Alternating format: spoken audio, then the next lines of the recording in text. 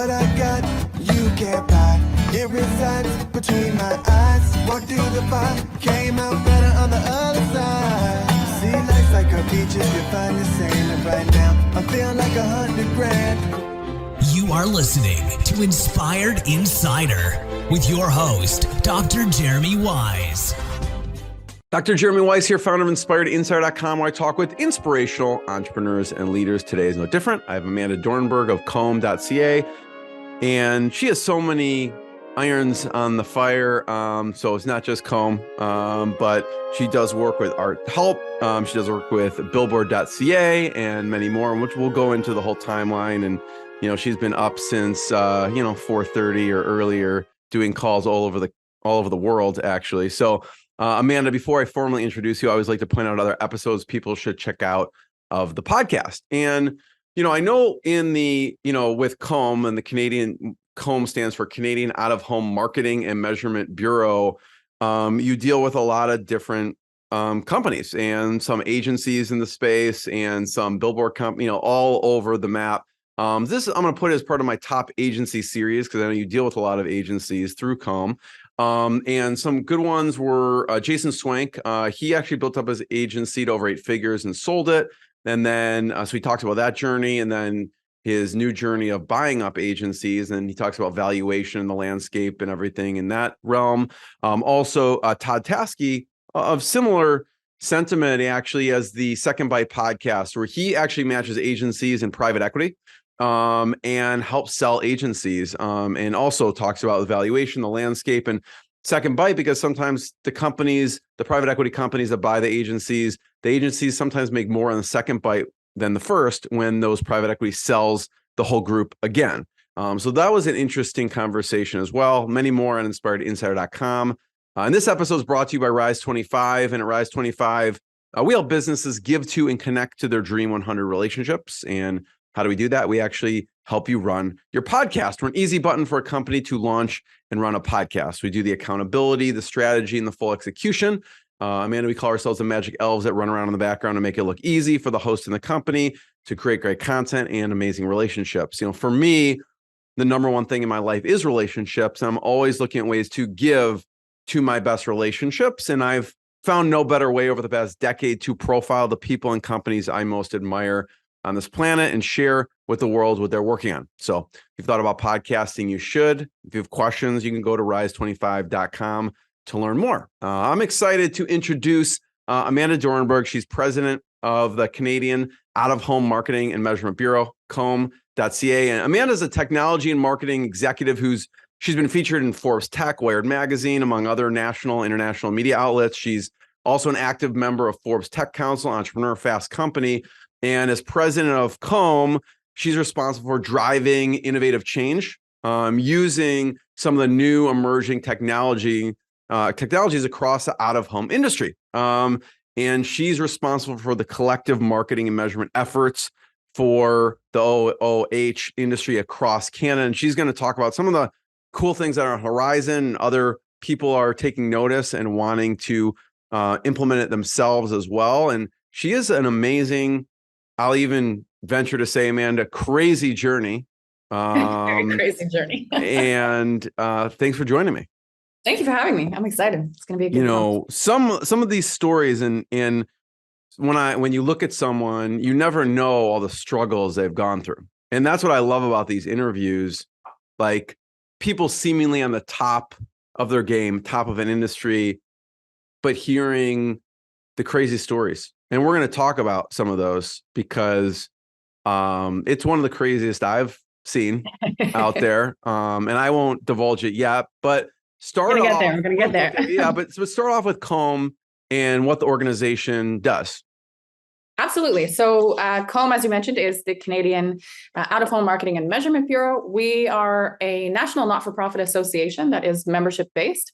And we sit in between as sort of a third-party, non-biased entity to provide both marketing and measurement services to the out-of-home advertising community.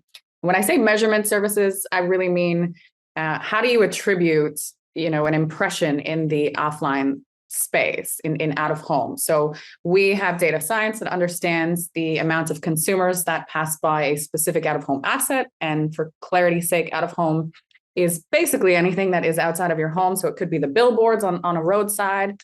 It could be the transit shelters that you see as you're sort of moving throughout your journey. It could be what we call place-based. So you're indoors, you're dining out at a restaurant and you see an advertisement within that venue.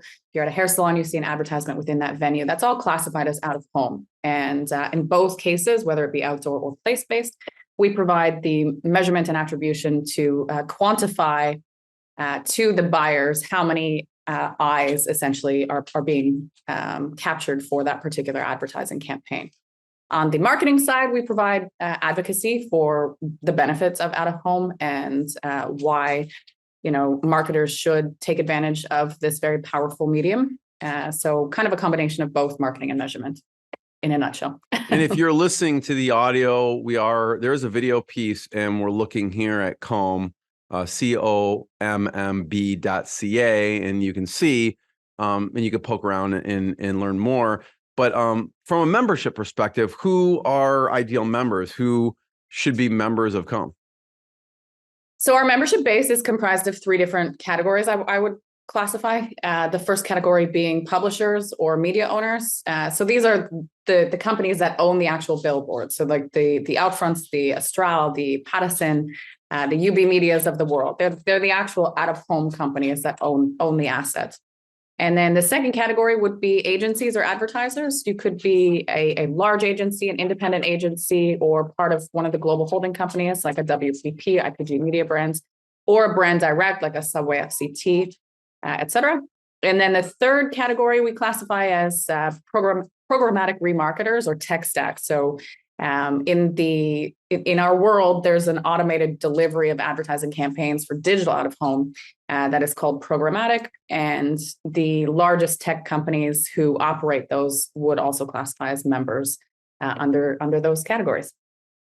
Do you find that what's underutilized now with this media? Because I know a lot of people, people are, big in digital, right? Yep. In general, but they may not have this as part of their arsenal.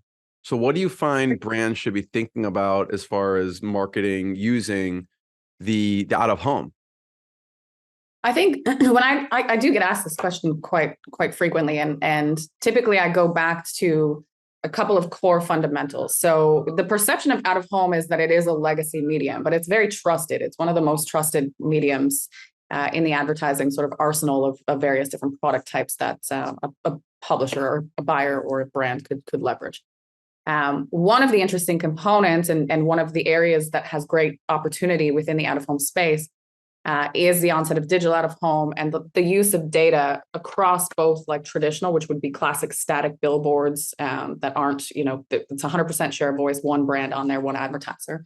Data is leveraged both within classic as well as in digital out-of-home, obviously a little more enhanced within the digital out-of-home ecosystem. When I talk about digital out of home and the leveraging of data and analytics within that, if you think about a digital billboard, it's basically a big computer, whether it be on the side of a road or in some sort of building and venue.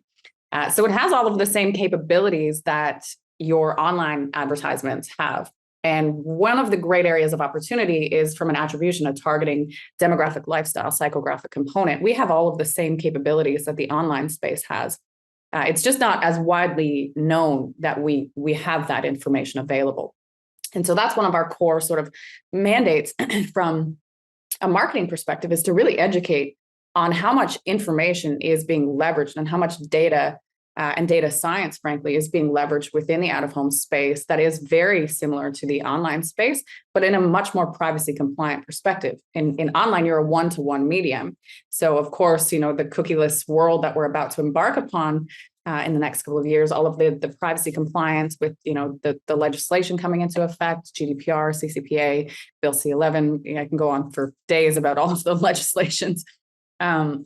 We, of course, are privacy compliant, but we're a one-to-many media format, which means that inherently it's more compliant first and foremost, but also you garner larger reach, but within a targeted capacity. So you can still have a campaign at scale where you're looking to, do a mass brand awareness campaign, but you can also have a niche campaign where you're really looking for a very specific target audience, like new Canadian newcomers from a banking perspective or whatnot. So I would say that that's a huge area of opportunity that is somewhat underutilized. We'll talk a little bit about that, but I think, you have some things right now. By the time people listen to this, it's probably out already, but some things on the horizon. Talk about the new data science that you're launching, or I suppose if you're listening in the future, it's launched. Depending on the time of day that they're listening, the time of year. So in early 2024, we are launching a new platform. We're calling it a production and planning platform called Roadmap. And Roadmap is a very sophisticated tool that runs all of the inventory management side of the media owner's business. So it's about 70,000 assets across the country that sit within our database that we need to manage, both from a product perspective. So if it's digital, the structure of the digital has a loop. So, your rotation of advertisers, it might be a 1-minute loop with, 6, 10-second spots, or it could be a different infrastructure. So each media owner has their own structure that complies with the regional legislation of, the minimum amount of time a spot could be played. So our system houses all of that information from a production side of things. And then we also pass along on a planning tool, a front-end planning tool with a very robust UX UI, our core data. So when you reference sort of the new methodology and the product, we're sort of phasing this out. In January of 2024, we launched the product with the production side of things and a light version of the planning tool.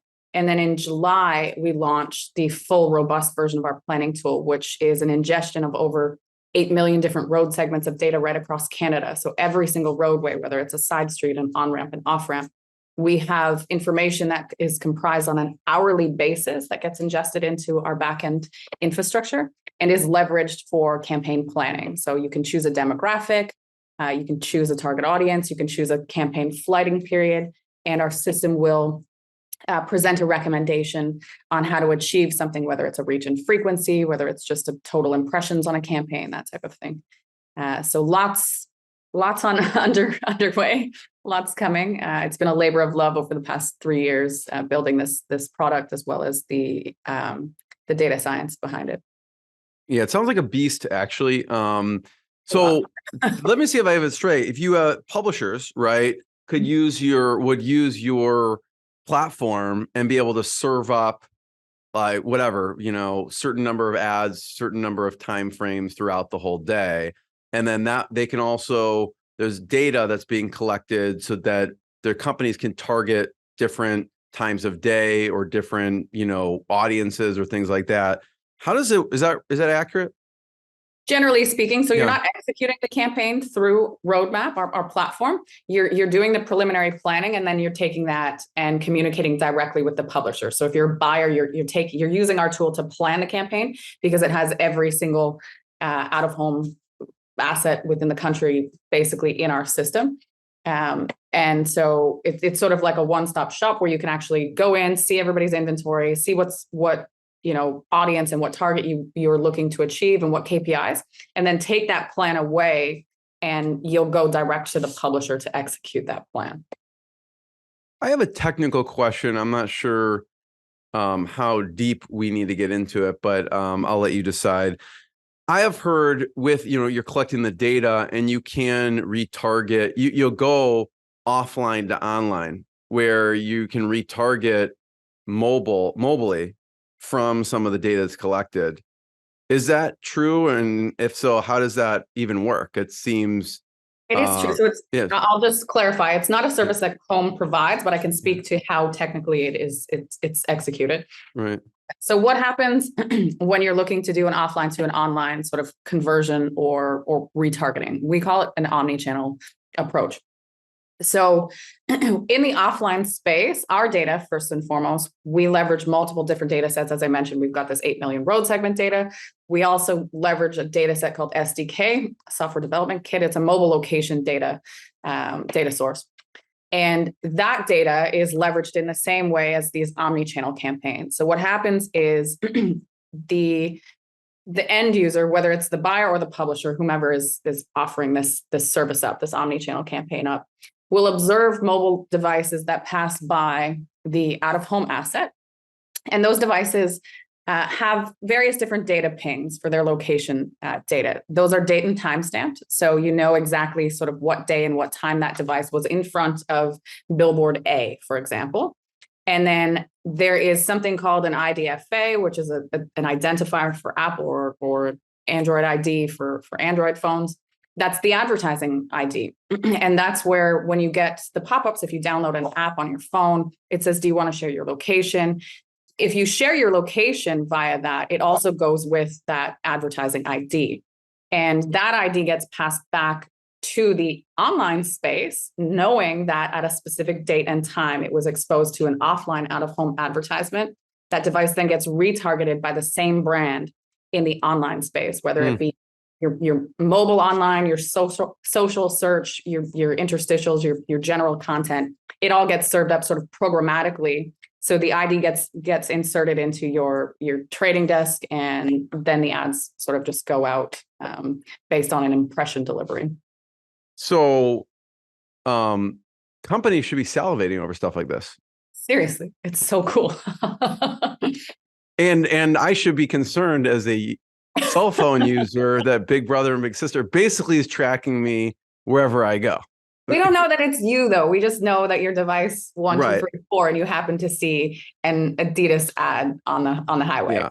And But then- yeah, I just want to demystify. I mean, that's how, when we talk about demographic data, that's part of how it's being collected, right? Because it's kind of that, you said like SDK tracking, and it's like, it just knows a cell phone of this, it's an iPhone, it's an Android, are passing by, and that's how it's kind of one of the ways it's collecting data. More specifically, how we leverage that data in the out-of-home space for digital out-of-home specifically, because we can serve up, dynamic content in digital out-of-home. We would observe the devices that pass by a digital out-of-home space. So we know the date and timestamp that they've passed by, but then we further observe the device to its what's classified as a home origin, which is the device's persistently static location during a period of time, during like 6 months, 12 months. And then from that, we get along in that, we can reverse geocode that into a postal code and work with Stats Canada on all of the public census data. And that helps us get the demo and the lifestyle stuff. I love it. Yeah, I thank you for demystifying that, because I think a lot of people that I see a lot of people when I'm driving. I mean, there's more and more different types of companies. Like I only used to see lawyers, and now there's a lot of different types of companies advertising, and people see it as like this legacy platform, or maybe some people perceive it as that.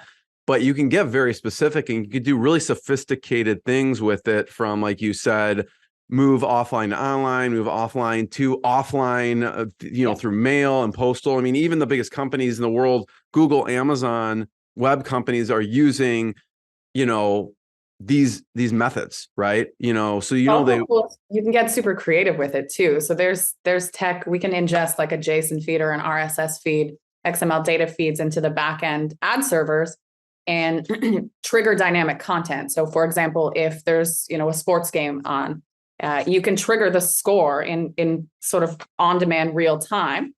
As a brand, you can literally put a section on your creative that has a feed of some sort of dynamic content. It could be the weather. It could be, it's raining outside, so play an umbrella ad. We've had paint companies that have matched the creative to the color of the sky in the background. You can get very creative with this using technology, which is really cool. We'll talk about how you got into this, and I'll venture to say early in your career, you never thought you would ever be in this industry. But let's go in reverse for a second. You were tapped on the shoulder, and people wanted you to come in to COMMB to help. Yes. And talk about how I'll use the term modernized COMMB, because in general, it's a legacy media, even though people may not realize all the capabilities. But how did you go in when you basically came in leadership? What did you do? It's a great question. It's definitely, COMMB has been around for 50 plus years, far longer than I've been on this earth, let's say. And so when I was approached to come in, I honestly turned it down at first, because I'm very much an entrepreneur. I like to move quickly, very agile. I can work well with small amounts of money to be able to achieve great things. And so I wasn't really comfortable at the time with whether COMMB and the board would be supportive of that. And to my delight and surprise, they were incredibly supportive and encouraging on the very different approach that we took, both internally as a culture. So when I joined, there was 6 employees, including myself, and now we're up to almost 18 full-time employees and probably 30 plus in contractors and partners. So that's in itself a big task, to be able to bring in the right team to foster the right culture. And to me, the team is everything. So in order for us to modernize, we needed to ensure that we had a diverse team that represented various different backgrounds, various different cultural diversity, but as well as experience. And so bringing in the right team certainly was one of the largest, and then really focusing on content and our outwardly facing PR was a large thing. So thought leadership is very important to me, which is one of the large components that I brought to COMMB, which was the ability to speak about the industry holistically, not just in the Canadian marketplace, but on a global scale, to be able to travel, internationally and speak up as a keynote at conferences and whatnot.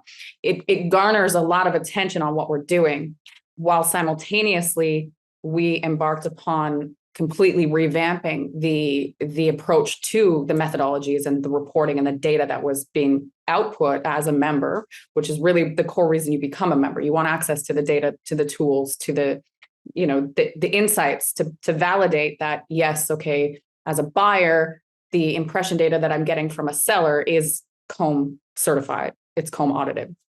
So it was sort of a combination of both, having to first and foremost build the culture, build the team, and then at the same time focus on modernizing the actual output of what we were providing from a product and a service perspective, and then ensuring that while we were doing that, we were educating the marketplace on those components. So I think that would be how, I guess, we modernized. Talk about culture for a second. And we'll get into, you started and sold 2 previous companies in the space, but what do you do with, either COMMB or previous companies to foster good culture? Right now, anyone listening is probably CEO, entrepreneur, or in leadership. And what else should they be thinking about to foster good culture? For me, it's always encouraging my team to take risks, to be curious, and to consistently learn. We learn by making mistakes. And as a leader, we have to recognize and realize that our team will make mistakes. And it's our job to help them learn from those mistakes.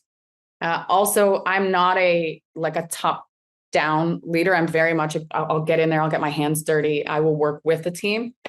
So for me to foster an appropriate culture, I have to know everything about what the team is doing, in the sense of I need to know a little bit about data science and be able to speak eloquently about how we're actually executing this. I'm not the one building the algorithms, but I know exactly how it's being done. And that builds respect from the technical teams, from the actual data scientists. From a marketing perspective, I need to understand and be able to inspire my marketing team by the things that I'm doing, whether it be, speaking or helping them get front and center on stage. So it's not always just about one face being up there from a marketing perspective. It's encouraging other people to get out there and to speak and to grow their personal brands, to grow, their curiosity. So my perspective is very collaborative. It's very much I'm part of the team. I might have a title, and sure, I have various other duties that come with that. But at the end of the day, we're all a team. And if somebody needs help, they know they can pick up the phone at 2, 3 in the morning and call me, and I'll answer. So it's more just, it's very familial for me. And then how do you manage the kind of the remote culture? We're about 95% remote. So we go into the office just to collaborate sometimes. There's a core group of us who live relatively close to the office. So we'll work on Slack and we'll be like, hey, I'm going to pop over to the office today. It's literally across the street from my condo, coincidentally. But, we have a very open, communicative environment. So Slack is our main communication tool. And I can tell you that we are on Slack 24/7.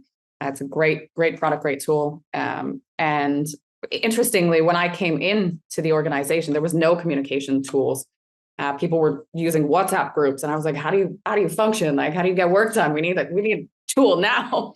So Slack, within my second week, was the first tool I implemented. But yeah, we're predominantly remote. We are moving our office. We're downsizing our office. We have a very large, like 4,000 square foot office that isn't really being used. So we're downsizing to a brick and beam space, which will also be next year around March.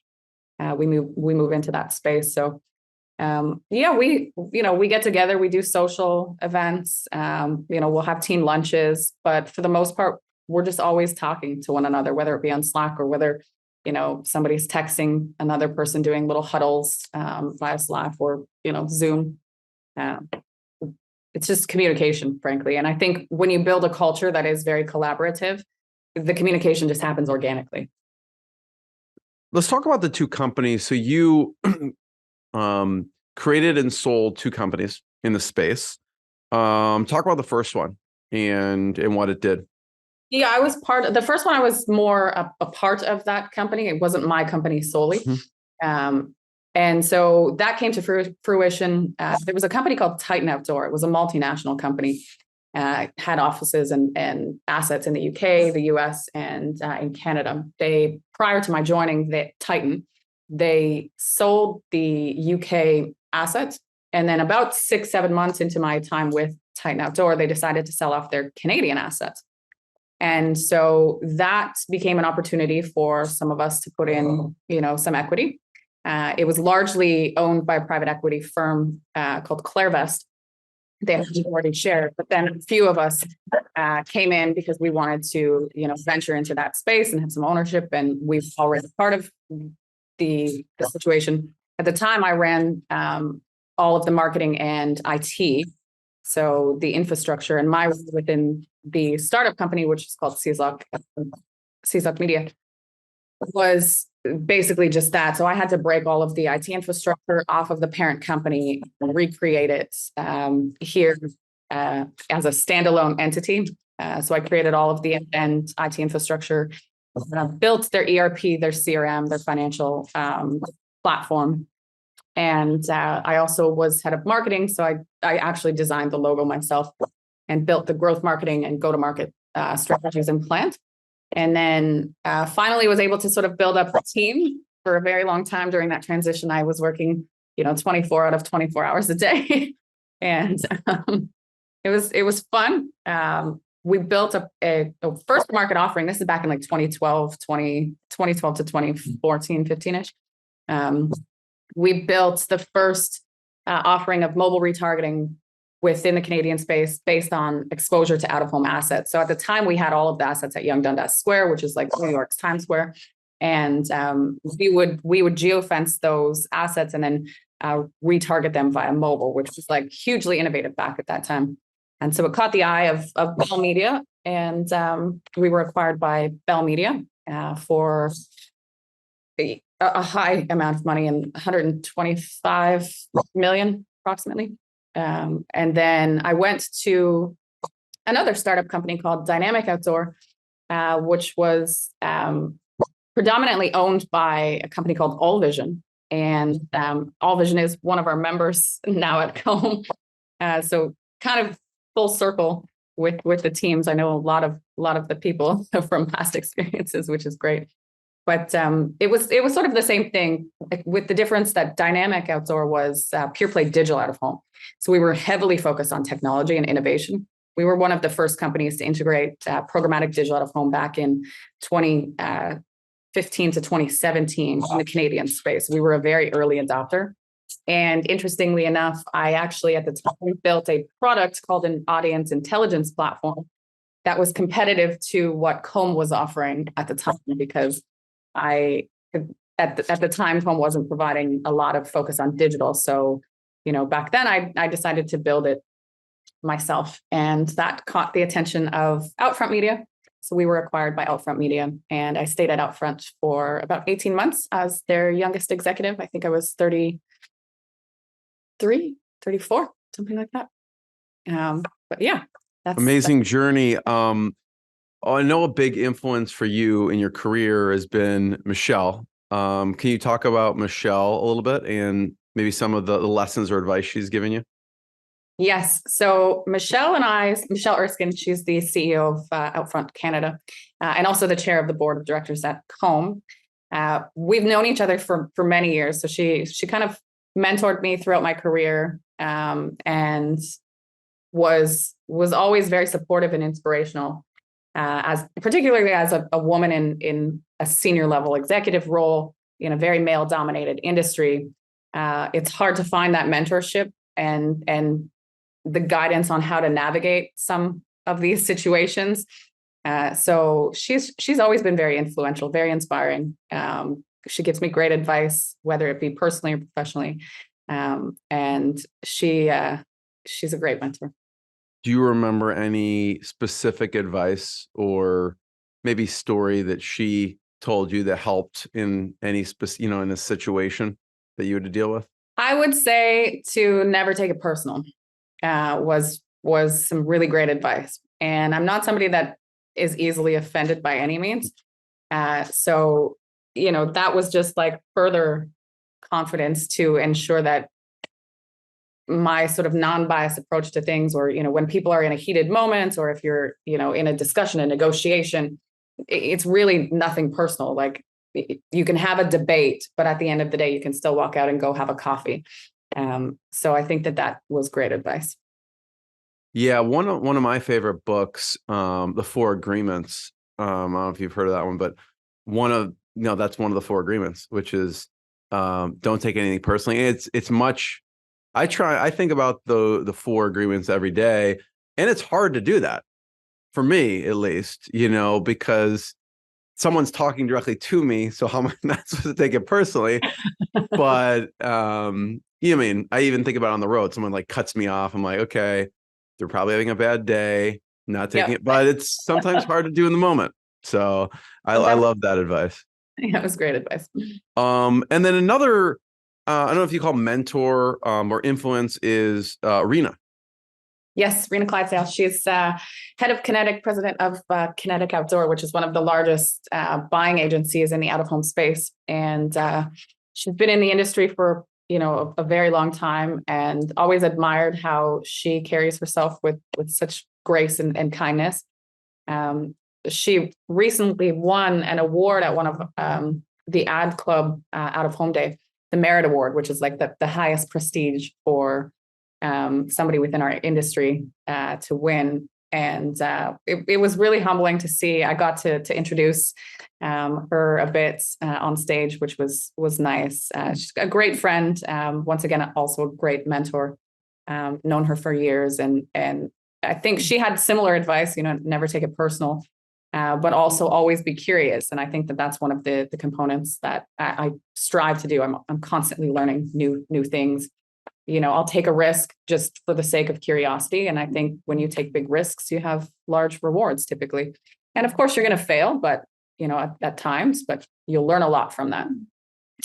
So she's been a great mentor and friend as well. So we're kind of, Amanda, kind of going in reverse order a little bit. But, from COMMB to, the sale of two companies to, I want to go back to the beginning, which is when you first discovered the power of out of home, specifically billboards. Take me back to that for a second. The fun story. Are you ready? Let's do it. So I was in fashion for 15 years. I was a fashion model. I was scouted when I was 14 by Elite, and then I was subsequently signed with IMG worldwide. So I got to do a lot of traveling. from a fashion perspective and as a model. And so I first discovered out of home and billboards when I was on my first billboard as a model at Yonge Dundas Square. And it was a campaign for a company called Jean Machine, which was a denim retailer in Canada. And I remember I had this bench zip up jacket on, and it was like the back of me with my head kind of like tilted.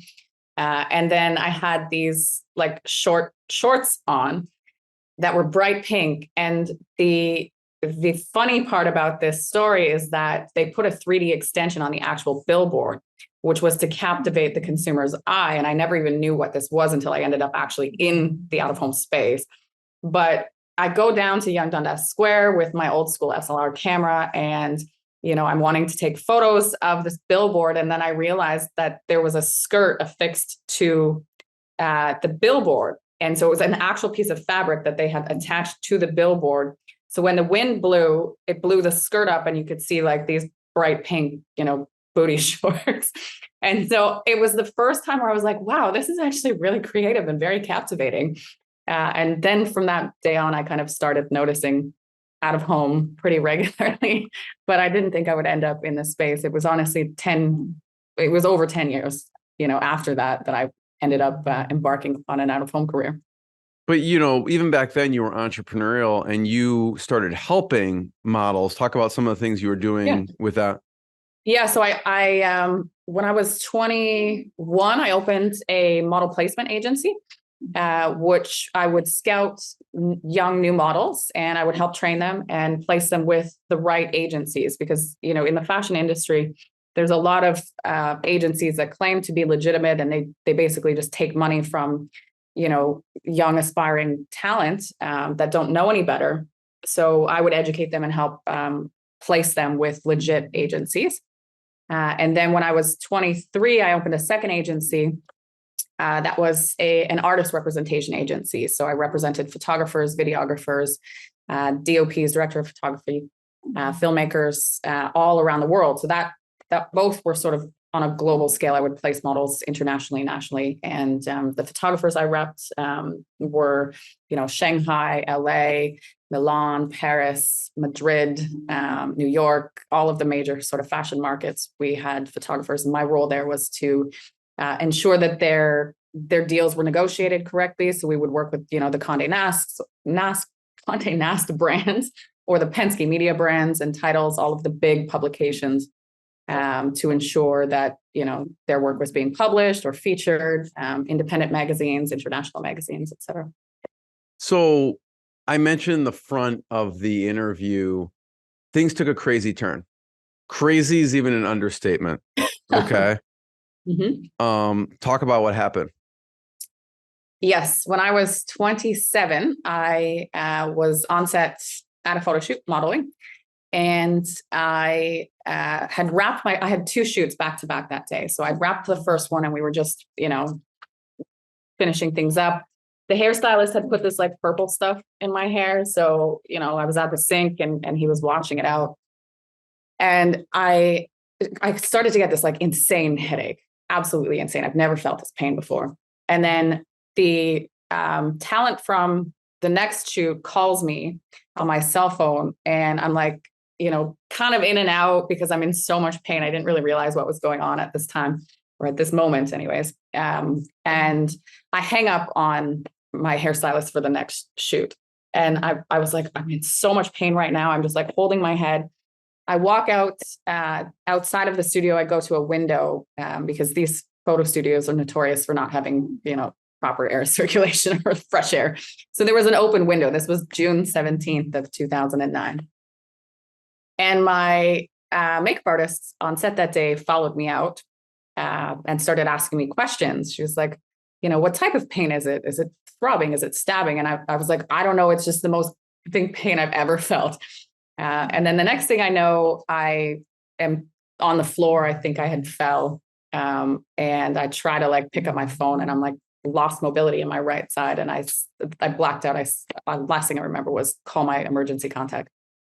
So I had a hemorrhagic stroke caused by two areas of bleed. So two aneurysms that had burst simultaneously, caused by something very rare called arteriovenous malformation or brain AVM. So in was that genetic then? It's actually so rare that doctors don't really know how it occurs, but it is, from what they know, it's not genetic, but it does happen while you're a fetus. And for people like, I believe, you can correct me if I'm wrong, the brain, this arterial system is basically right below the brain. Is that right? So like if it bursts, it's basically essentially on the brain. It's within the brain. So there's a spectrum. There's a grade, I can't remember what it's called, but there's a grade from 1 to 5 of how deep these bleeds can occur. 1 being more dermal, like surface level, and 5 being the most like inner areas of your brain. So my 2 areas happen in my occipital lobe. So left side, you can see I have this beautiful scar. Left side, 2 areas of bleeding, grades 3 and 4. So it was very deep within my brain, the 2. So I was rushed to St. Michael's. Fortunately, I was in Toronto, close to home at the time. And surgeons did a very quick procedure to cauterize the areas of bleeding to stop the bleeding. But because there was actually 2 different areas, multiple areas, I had so much damage to my brain that I could not withstand an actual craniotomy. So I needed to have a full craniotomy, which is full brain surgery, where they cut into they take a piece of your skull out and remove the damaged veins and vessels. So I was temporarily paralyzed on my right side, just due to the damage of the brain. I was blind about 85%. And I was in ICU for 3-4 weeks, just waiting. And then they sent me home under 24-hour care as I started to regain a little bit of mobility. So the mobility regain as the bruising and scabbing had and some of the swelling had subsided from the hemorrhagic stroke and the areas of bleeding. So they sent me home under 24-hour care.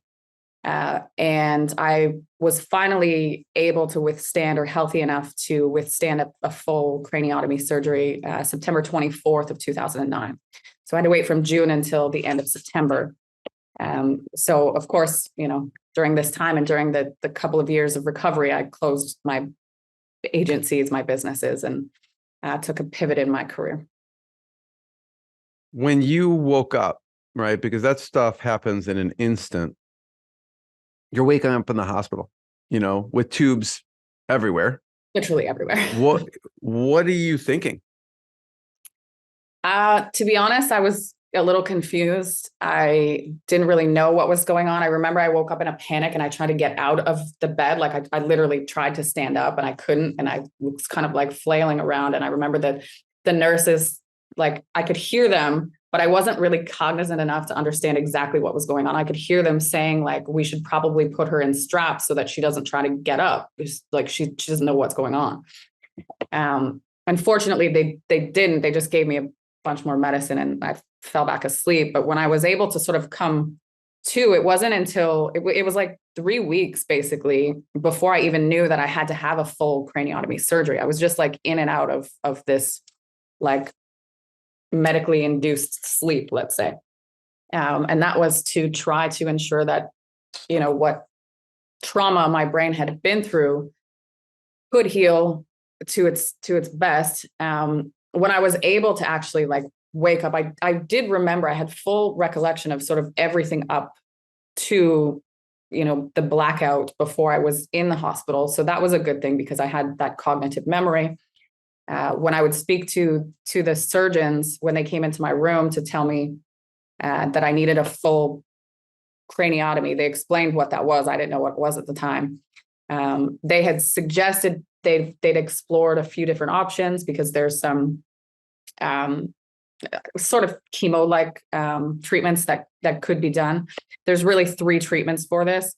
If you have a bleed, and it's very, very rare in the sense of survival if you have a bleed first and foremost, and then being like a fully functional cognitive human post that. Were they surprised you even survived what you survived at that point? Yeah, I had like a 0.01% of being a functional person. And I remember going into the surgery laying on the operating table, and the anesthetician leaned over me. He's like, okay, I'm going to put the mask on and count you down to sleep. I could hear the doctors speaking, and they flew in a surgeon, because my case was so rare. They flew in a surgeon from the States and another one from Germany, who specialized in this particular scenario. And I could hear them talking about the projected blood loss. And I just remember, I can't remember what the number is off the top of my head, but I remember thinking at the time, oh my gosh, that sounds like a whole lot of blood. And then I just passed out from the anesthetic. But when I woke up from surgery, I remembered everything like up until that moment, which once again is really remarkable. Very much, I'm very blessed to be here. And a bleed from a brain AVM specifically typically occurs either as a young child or in elderly individuals. So for me to have this happen at 27 was really, really quite rare. What was your physical state like after the second major surgery? It was challenging. I was probably 90, I'm 5'9". So for me to be, 95 pounds, I had lost a significant amount of weight. You're in the hospital, you're eating barely anything, or you're just getting pumped through with IV. I had to do physio. So I had a physiotherapist who would come visit me every day to get me up to walk. And it was like the slowest walk ever, but I was moving, and that's really all. The first time around, you were paralyzed all on one side. And this time, had you regained some of the sensation? So I regained movement before the surgery, before the major craniotomy. The temporary paralysis was maybe about 10, 15 days. And it was just because of how much damage and pressure was on my brain from the bleed and from the bruising and scabbing. So that subsided and I was able to move. But because I was so weak and I had lost so much muscle mass and weight from being basically bedridden from June until the end of September, and physically and cognitively, you still have to sort of work through, building that body-brain connection again. It took quite a bit of time. My full recovery was about 2 years. I had a seizure disorder, a very bad one. After that, for about 12 to 14 months, I was on some really intense medication that had like the craziest side effects of like overgrowth of gums and disfigurement of your jaw. And as a fashion model at the time, I was like, oh my gosh, like, what am I going to do? The face. It's like the least of your worries, but it's probably a worry nonetheless. It was, yeah. Yeah. But it was a lengthy recovery, and I'm just grateful to be here. How do you think about that now, on a daily basis? Every day. I have this beautiful horseshoe. It's a massive scar, massive horseshoe that I wear very proudly. And it was a 12.5-hour surgery. So I think that if I can withstand what I went through there's nothing, there's nothing that's going to really bother me at this point. Like, I'm very calm. I really don't react. I don't get into like arguments or fights. I'll say a piece if I need to say a piece, but I'm really grateful. And at the end of the day, like, I'm humbled to be here. So for me, kindness and grace is everything. And I think that gratitude, like, for everyone's various different walks, people would look at me and you've got this career and this job and this CEO title of whatever. But if you don't actually know the journey that someone went through to get there, and you don't know who they are, don't ever judge someone. Don't judge a book by the cover, I guess, is like the most stereotypical statement, but it's really, really true. So it's humbled me. Yeah. Great. No, thanks for sharing that. It's humbling to listen to, so I appreciate you sharing it. And I just want a couple of last things. And just thanks for sharing your journey, your stories. Obviously, we talked about COMMB here, and we're looking at the screen. But I know there's several other organizations that you're involved with. One of them being billboard.ca. You can see it's ca.billboard.com. Talk about this for a second. Certainly. So my business partners and I own Billboard magazine in the Canadian market. We launched October 5th, which was very exciting. It took about 18 months for us to negotiate the deal with Penske. But our mission and our ethos with Billboard Canada is to highlight Canadian talent on more of a global scale. So we launched with our inaugural cover, as I said, October 5th. And we did that with 5 Punjabi artists. So all Canadian Punjabi artists that are getting major international waves, global waves. And we're very excited to be able to provide a platform and a voice for Canadian arts, culture, and talent. So we're very excited. So this is with COMMB, you're in the actual physical billboard space, but Billboard CA is actually the music billboard space, not to be confused. And then you're also involved in, as you can see on the screen, Arts Help. Talk about Arts Help. Yes, so Arts Help is the largest global digital arts publication focused on conscious creation, if you will. So we've got a number of different consumer-facing products and services and a number of different B2B products. But we are an editorial platform, so a content platform that provides a voice for independent and unknown artists globally. We have sent art to space. We've won a Guinness Book of World Records for the largest amount of art being created on a Zoom call during the pandemic. And we also give funding to artists. So we have a large partnership with the United Nations. Everything that we do is very cause-oriented, focused on sustainability, and all of the impacts of human footprint on the environment.